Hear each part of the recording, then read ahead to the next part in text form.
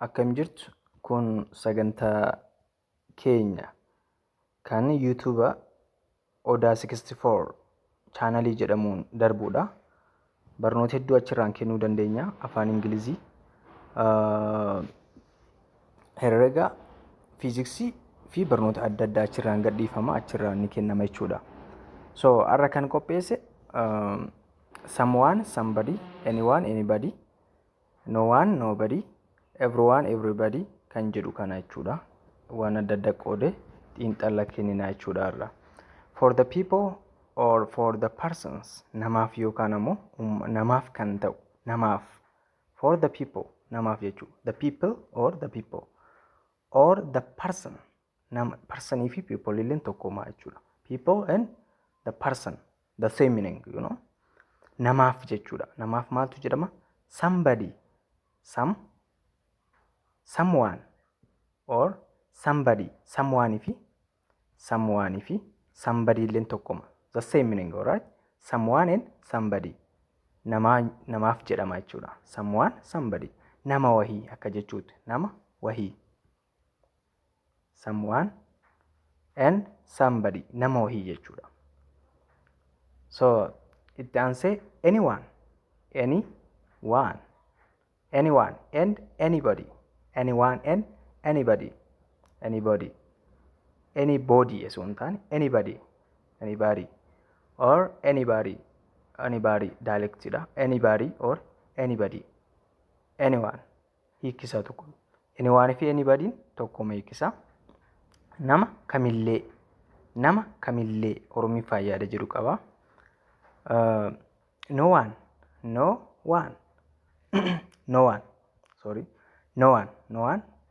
and nobody, the same meaning. No one and nobody qaamni kamilleen or nobody namni kamilleen.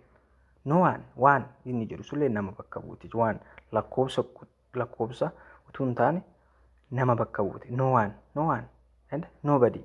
No person or no person jechuudha. No person, nobody and no one, the same meaning. And namni tokkollee yaada jiru. Namni tokkolleen hin jiru yaada jiru qabaachuu. No one, nobody. Next, everyone and everybody. Everyone and everybody. Everyone fi everybody illeen hiikkisaa tokko jechuudha. Everyone and everybody. Everyone and everybody. Hiikkisaa namni hundaa yaada jiru qabaachuudha. So, kan armaan olii ilaalle someone and somebody, anyone and anybody, no one and nobody, everyone and everybody kan jedhu kan hiikkisa Oromiffaan kennineerra. Nama wahii armeen dogongora jira. Nama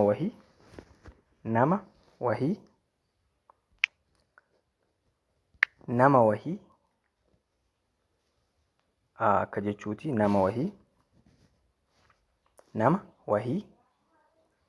Nama kamillee, nama tokkollee, nama hundaa akka jechuudha. Everyone means and everybody means nama hundaa yaada jiru qaba. Nama hundaa. Everyone and everybody. Nama hundaa. For example, fakkeenya keessatti haa ilaallume. There is someone at the door. There is someone at the door. At the door. There is someone at the door. Namatti balbalarra jira. Yookaan namatti balbalarra dhaabbate yookaan nama balbalarra jira. Someone, namni wahii. Namni maqaan isaa hin beekamne someone. Namni wahii balbalarra jira. There is someone at the door. Someone jechuun nama wahii jechuudha. There is someone here to see you. There is someone here to see you. There is someone. Nama wahiitu jira. Here, as here jechuun as to see you. Kan si argu. Nama wahiitu kan si argu jira. Nama wahii jechuun someone jechuudha. Somebody should have told me. Somebody should have told me. Somebody should have told me. Which means somebody means the same meaning with someone. Someone fi somebody tokkochuma hiikkisa. Somebody jechuun nama wahii jechuudha. Somebody should have told me. Natti himuu qaba ture. Namni wahii natti himuu qaba ture. Should have told me. Natti hin himne garuu. Itti hin himne garuu natti himuu qaba ture. Should have told me. Told means tell. The past tense of tell. should have told me. Natti himuu qaba ture. Somebody should have told me. Natti himuu qaba ture namni wayii. Somebody caught me by arm. Caught, the past tense of catch. Catch means waan nama tokko qabu jechuudha. Caught jechuun the past tense of caught. Somebody caught me by arm. Namni wayii by arm. Irree na qabee jira. Namni wayii irree na qabee ture. Somebody caught me by arm. Caught means the past tense of catch. Catch means qabu jechuudha. Then next, is anyone here? Anyone. Is anyone here? Namni tokko illee hin jira? Is anyone here? Namni tokko illee hin jira? If anyone was to ask what the point of the story, if anyone was to ask what the point of the story is, I don't know. If anyone was to ask, yoo namni wahii na gaafate, namni kamillee yoo na gaafate, namni kamillee nama wahii sun namni kamillee yoo na gaafate, to ask yoo na gaafate yoo ta'e, what the point of story, pointi kan qabxii story irra jiru, story jechuun oduu irra yoo na gaafate, I really dhugumatti I don't know, ani hin beekun ture yaada jiru qaba. Is anybody here? Namni kamillee hin jira? Anybody kamillee. No one was at home. No one was at home. No one was means the past tense of am and is. Viidiyoo keenya akkasiin durarra darbirratti sirriitti ilaalaa turre jechaadha kun. No one was at home. Namni mana hin turre. No one believe you. Namu sin amanu. No one believe you. No one sin amanu. Nobody can foresee what will happen next. Nobody. Namni beeku hin jiru. Kan beekuu danda'u hin jiru. Foresee what will happen next. Nobody namni kamilleen kan foresee karaagu yookaan waan fuuldura argu hin jiru. What will happen next? Waan itti aanee dhufu. Nobody know it. Namni beeku hin jiru it. Waa wayisan.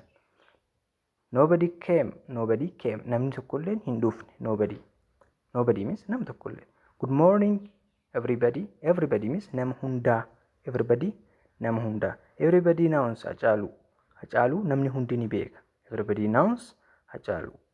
Police questioned everyone and everybody is the same meaning. Police questioned everyone in the room. Policing questioned in gaafatte everyone nama hunda in the room roomii keessatti yookaan immoo daree keessa ni gaafatte. Everyone cheered and clapped. Everyone namni hundiniyyuu cheer godha akkasumas clapped godha harka rukutee gammachuu isaa ibsata jechuudha. Cheered jechuun gammachuu. Cheered. So for the persons, someone and somebody, anyone and anybody, no one and nobody, everyone and everybody is we use those are for the people or the person. Namaaf fayyadannaa jechuudha. Somebody fi someone tokkocha hiikisaa nama wahii jechuudha. Anyone and anybody means nama kamillee jechuudha hiikisaa. No one and nobody nama tokkollee akka jechuuti Oromiffaan tokkoma hiikisaa. No one fi nobody. Everyone and everybody tokkoma hiikisaa namni hundaa jechuudha. Fakkeenyas duubatti ilaallee jirra jechuudha. Next katti aanee jiru for the things wantootaaf kan jedhu ilaalame. Something waan wahii. Something means waan wahii kan jedhudha. Nothing. Anything means anything waan kamillee. Something means waan wahii. Anything wanta kamillee. No one homaa akka jechuuti. Everything waan hundaa jechuudha. So example keessatti yoo ilaalle hima keessatti I need something from you. Waa wahii sirraa fedha. Waa wahii maqaan dhoofne garuu maqaan beekamu. I need something from you. Do something waa wahii hojjedhu. Let me know if there is nothing I can do. Nothing homaa jechuudha. Let me know if there is anything I can do. Let me know Mee haa beeku. If there is yoo jiraate. If jechuun yoo. There is yoo jiraate. Anything waan wayii. I can do kan hojjechuu danda'u yoo jiraate mee haa beeku jechuudha. You didn't tell him anything. You didn't tell him anything. Waan tokko itti himtee hin turre. Waan tokkollee itti himtee hin turre jechuudha waan tokkollee. Is there anything wanna wahii jirti. Is there anything wanna wahii jirti. Wanna wahii jechuudha. Anything waan kamillee hin jirti jechuudha. Nothing is achieved without effort. Nothing. Homaa jechuudha. Nothing is achieved without effort. Carraaqqii malee wanni injifatamu yookaan ammoo milkaa'u hin jiru. Achieved means successful. Injifatamu osoo hin taane milkaa'u. Nothing is achieved without effort. There was nothing in the room except chairs. There was nothing in the room except chairs. So wantoota kan ibsu for the things something, anything, nothing, everything kan jedhu kana jechuudha. Garaagarummaa qabu isaan hundumayyuu. Something waa wahii, anything waan kamillee, nothing homaa, everything waan hundaa jechuudha. Senteensii keessatti asitti ilaallee jirra. For the place iddoodhaaf. For the place iddoodhaaf. Somewhere bakka wahii. Anywhere bakka kamillee. Nowhere no anything place. Nowhere means no anything place. Iddoo kamillee kan hin jirre. Everywhere bakka hundatti. Bakka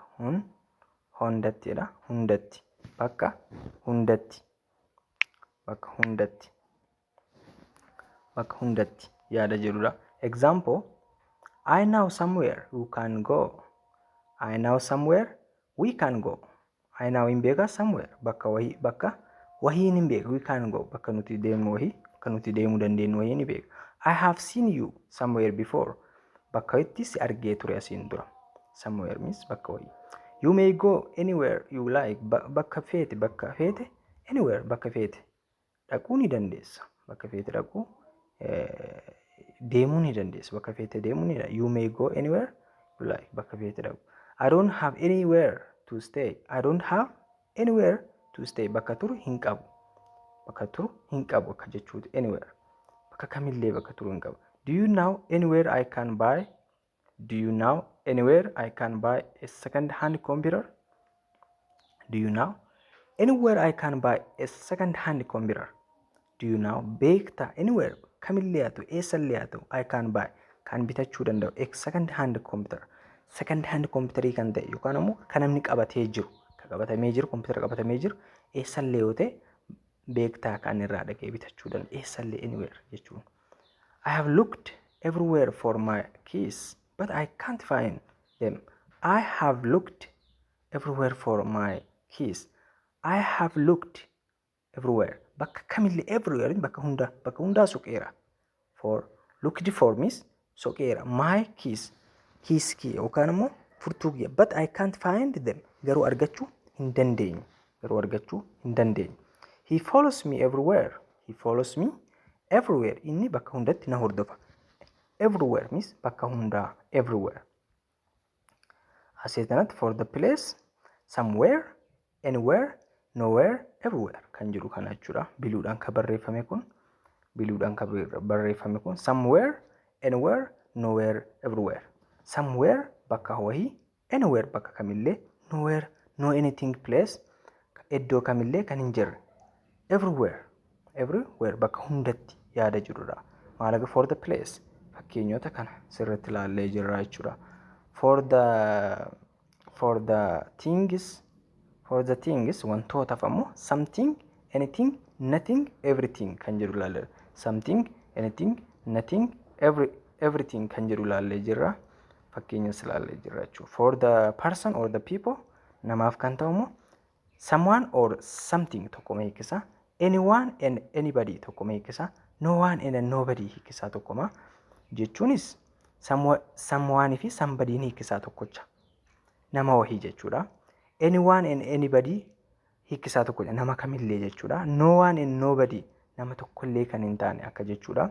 Everyone and everybody nama hunda jechuudha. Everyone or everybody nama hunda jechuudha. Kanasitti end gidduu ka galu kun kun hiika isaanii tokkuma jechuudha. Haa ta'u malee someone, anyone, no one, everyone hiiki isaa garagara. Someone fi somebody'n tokkocha. Someone and somebody. Anyone fi anybody'n tokkocha. No one fi nobody'n tokkocha. Everyone fi everybody'n tokkocha. Kana fakkaata. Thank you for attention. Itti fufnaa. Bye.